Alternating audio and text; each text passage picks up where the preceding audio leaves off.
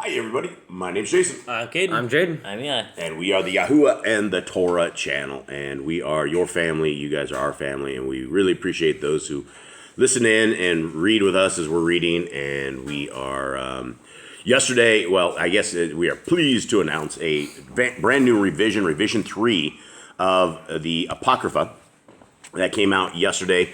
Miss Nicole got this wrapped up. And so if you guys have a revision 2 right there, you will want to download a revision 3 and get yours updated because there have been a tremendous amount of changes in this as well.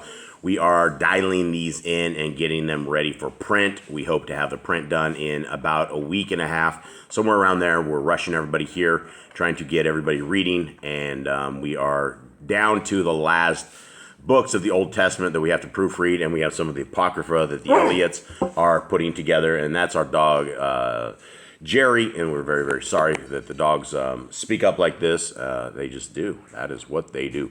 Gentlemen, how are you guys doing out there? Good. Everything good? Yeah. Yep. What's new? What's new in this world? What are your plans for the day? Well, nothing new under the sun. But today's dog bath day. Today's dog bath day, but it is new for us under the sun for today, right? Yes. Right. Chapter we're on, guys. 30 minutes. 31. Okay, I'm just getting mine set up. Dog bath day today. What do you normally do around here, Jade? What is your job around this place? Usually working the farm, but if it's not working the farm, it is proofreading. Proofreading, yeah. Well, for right now, it's proofreading. What is your job normally, though? If it's not proofreading, Working the farm. working the farm, and so that is working the farm out in the middle of a jungle is a crazy thing because we have enormous amounts of foliage out in the middle of a tropical rainforest, as most of you guys could probably understand.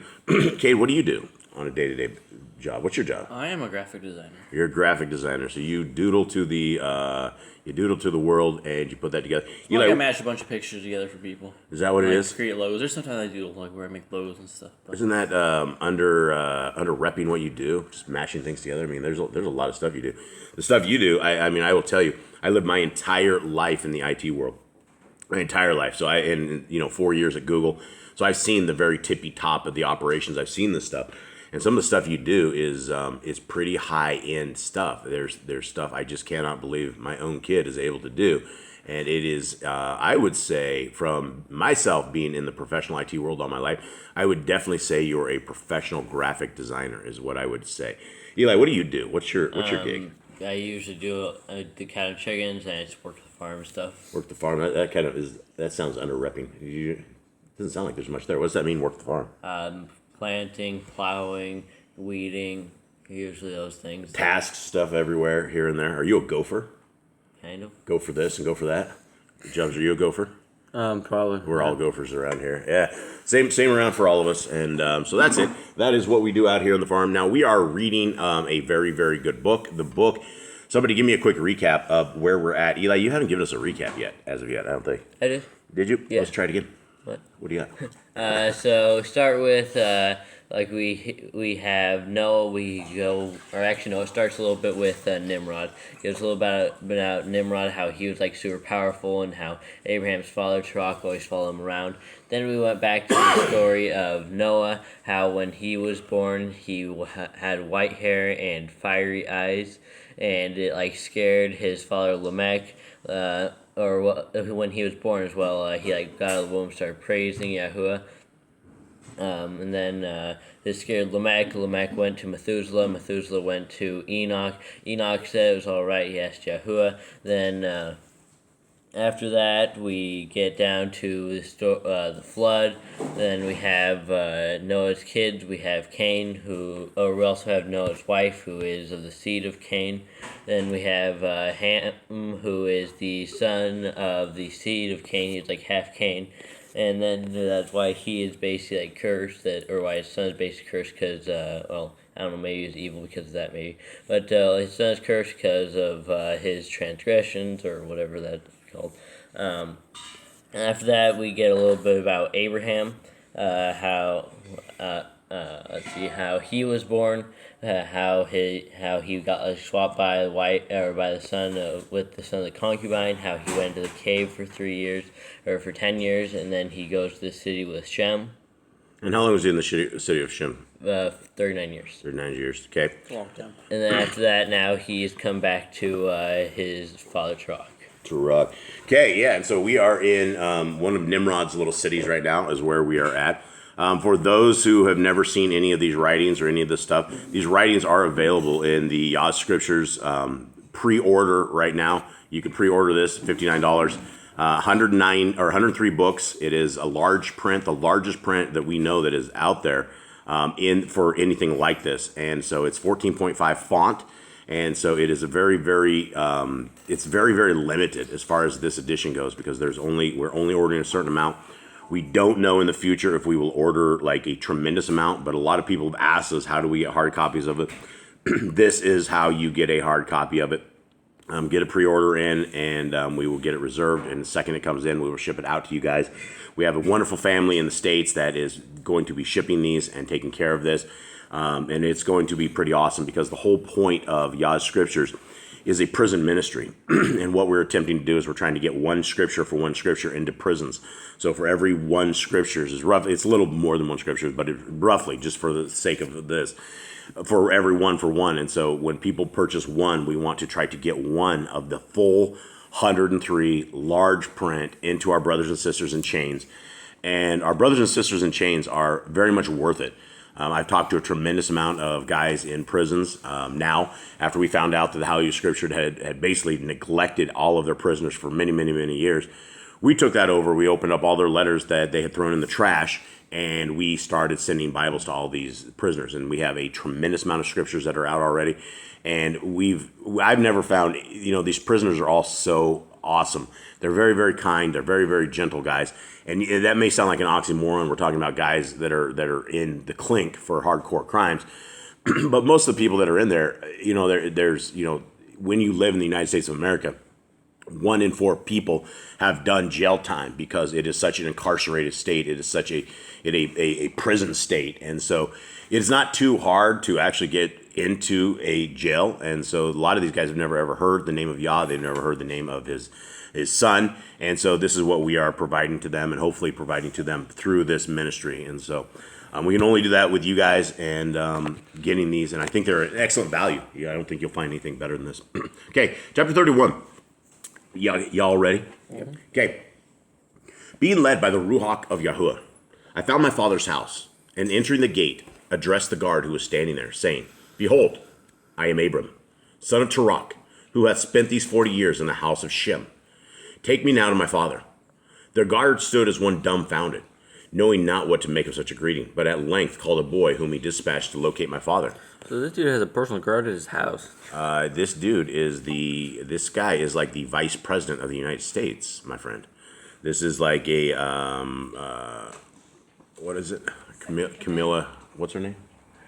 Kamala Harris? Isn't it? I don't even know what the vice president of the United States is because they weren't elected. They were put into place. But yeah, this dude is like the vice president of the United States.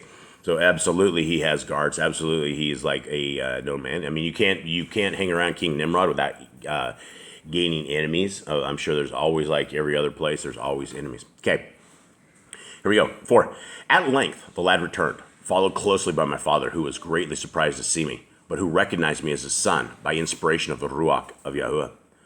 By this time, my arrival had caused great excitement throughout my father's household, which was very large, and my mother, having heard of my coming, hastened to the place where we were, weeping and rejoicing, for she had thought that I had wandered from the cave and had been slain by wild beasts in the wilderness. 40 years later, and she had no idea what happened to her son. He's like, the 10-year-old disappeared. So he's like disappear? Yeah, the 10-year-old walked away, and that's what, 3 years old, that's what, in a dream to Abram, that's what Yah said. He said, you need to wait here 7 years. In 7 years, I think he was 10 years old, right? Yep, he was 10 and wandered away, and he never told his mom, no one informed him. No, he walked away. His mom, you think his mom was going to let him walk away from the cave? Mom, I'm 10 years old, I'm leaving. No, they were all sleeping. He got up in the middle of the night, probably, or got up at some point and had the messenger of Yah, and he guided him here. And so his mom had no idea where he was. Okay, 6.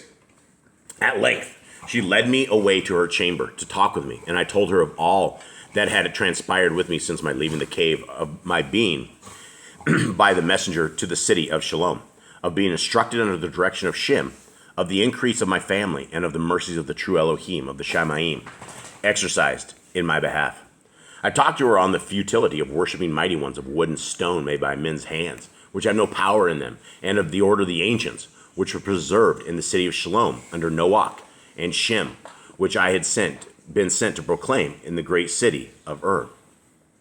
My mother heard all the words and rejoiced in them, for she was one whose heart had been turned from the worship of dumb mighty ones to the worship of the unknown Elohim. Moreover, a small body of like believers, numbering about 100 souls, met secretly in my father's house to worship the unseen Elohim and pray for further light concerning his ways, among whom were my brother Haran, with his sons Lot and his daughters Milcah and Sarai, and my brother Nachor. Now when my mother had heard my words, she bade me remain with her until evening, when the believers were to meet in her rooms. Wherefore that night I met with those who had rejected the idolatry of their fathers, and they were all of the seed of those who had come out of the city of Peleg. Wherefore I rehearsed unto them all the things I had told unto my mother, and they likewise rejoiced therein. But unto my father I spake not of these things at that time, for he was yet privy to Nimrod, and was steeped in his evil ways. There's like a hidden set of believers here that decided not to go astray like everyone else did. So I bet Nimrod doesn't like that in his little town. No, I bet he doesn't like it at all. I bet they'd all be killed, right? So 33. When I had dwelt in my father's house for 7 days, teaching the word of Kai unto the believers, I went unto my father as he sat in his outer court, with his servants attending to affairs of state. And when he would hear me, I said unto him, Father, where is the Elohim who created the Shamayim and earth, and all the hosts of them? My father Terach answered me and said, Behold, my son, those mighty ones who created all things are here with us, in the house. My father, show them to me, I pray thee, I exclaimed. Whereupon my father Terach led me unto a chamber in the center of his house, wherein were 12 great mighty ones and numerous smaller ones. And my father said unto me, Behold, my son, these 12 great ones are rulers among the mighty ones, and this largest one is ruler above all, and these others were his assistants in creating all things. And my father Terach bowed down and worshipped before his mighty ones, and we departed from them. When I departed from the presence of my father, I went unto my mother and said unto her, My mother, there is a great evil in this place, for my father keepeth a room full of mighty ones in the center of his house, which thing is contrary to the commandments of Elohim. Wherefore the wrath of Elohim shall not depart from this house until they are destroyed. Let one of the young men be sent, therefore, to fetch a kid of the goats, and make thereof savory meat, for therewith shall I destroy these mighty ones, in which there is neither life nor power. My mother therefore summoned one of the young men who was with her in the house, and sent him to fetch a kid of the goats, whereof she made a great savory meat. When it was prepared, I took the savory meat from her, and went unto the room where my father kept his mighty ones, and I prayed there unto Yahuwah my Elohim, saying, O Yahuwah, Elohim of Shem and of Noach, look upon me here in my weakness, and strengthen my arm, that I may destroy these false mighty ones, and give me the wisdom and strength to go through all that follows, and endure until the end in the service of my Elohim. When I had said these words, the Ruach of Yahuwah fell upon me, and even the Ruach of Nebuah, and I was led to exclaim, Woe unto my father, and this wicked and corrupt people among whom he dwelleth, whose hearts are all inclined to vanity, for they serve mighty ones of wood and stone, the workmanship of their own hands, which neither eat, nor smell, nor hear, nor speak, for there is no power in them. And those who serve them shall likewise be powerless to escape when the wrath of Elohim shall overtake them in a day they think not. All right, let's do the last one here. 35. At this time, the Ruach of Elohim fell upon me in mighty power to strengthen mine arm. And picking up a hatchet which I had brought with me for that purpose, I destroyed all my father's mighty ones, both wood and stone, by the power of Elohim which was in me, except for the largest, in whose hand I placed the hatchet. Then going to my father, I said unto him, My father, I have seen a wondrous thing for my mother. For my mother did make me a savory meat this day to offer before the mighty ones who created all things. And when I took the meat unto them, they all reached forth their hands to partake thereof. When the one who is ruler above all saw their words, he being angered left the room and returned with a hatchet, wherewith he destroyed the other mighty ones, both wood and stone. And behold, he standeth there, even now with the hatchet in his hand, and the savory meat before him. All right, there we go, gents. All right, That's so it. at this point, he's just messing with. Wait, He's trying to get a reaction out of him at this point, like figure out well, are you smarter than this or not? Well, so there you go. I mean, if these things are the mighty in power, then him sticking an axe in that, it should be sensible enough, right? Yeah, The big and, one is going to go beat up the little ones. I think it probably talks about his explanation later, but we learn a lot about this in Jasher. Mm-hmm. This is another thing, and Yeah, this is not a first time we hear any of this story. This is a multiple time. The story has been repeated throughout the Apocrypha, throughout the extracurricular books, and it was a. Can you imagine? I mean, his father must not have been, like, tough, like really really tough, right? In the event, I'll just tell you, in the event that I had mighty ones, and then I would worship them, and they were my entire life, and you guys had come. And I saw that you guys had like cut these things to half. I would probably done the old football tackle on you. I think this It would have been a little boom. I think based upon Jasher, I think he goes Nimrod sticks him in the fire here. I think that was the reason he stuck him in the fire. Was this? You're breaking all the stories. What are you talking about, man? You can't be a on spoiler Jasher. alert. Yes, based on Jasher, but that comes up. Yes, so yes, Abram gets into some trouble. He gets into a little heat. That's for tomorrow. Yeah, that's for tomorrow though. He gets into a little heat, as they say. But Jubby is a spoiler alert on this. But this is an interesting story, right? How it went down. Anyone have anything else on this? No, it's just we can see that if you're worshiping idols or statues, they can't move and they can't breathe, then you probably shouldn't be worshiping them.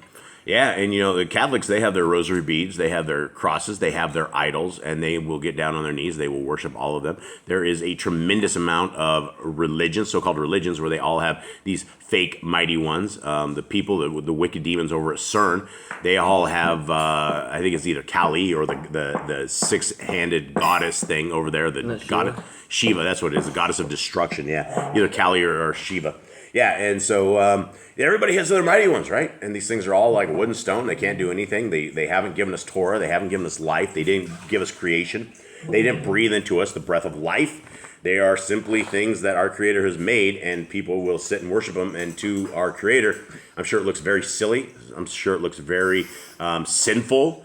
It looks very stupid because there's nothing there. You're worshiping a rock. That's something you have a little more movement than. That's not something you should worship. Yeah, something you have a few more thoughts than the rock. You probably shouldn't be worshiping the rock, right? And so that's it. We have an Elohim. We have an Elohim Most High that lives.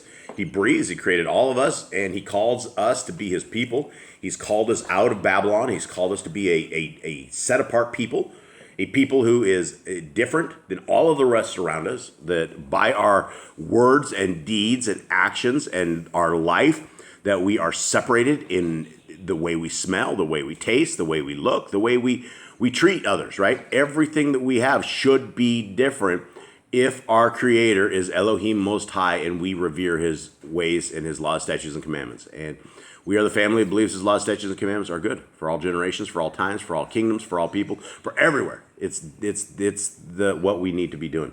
So with that, everybody, we are going to get real super busy here, and we hope that you guys have a super busy day, and we love you all, and we hope you have a good week. We're out. All right, shalom.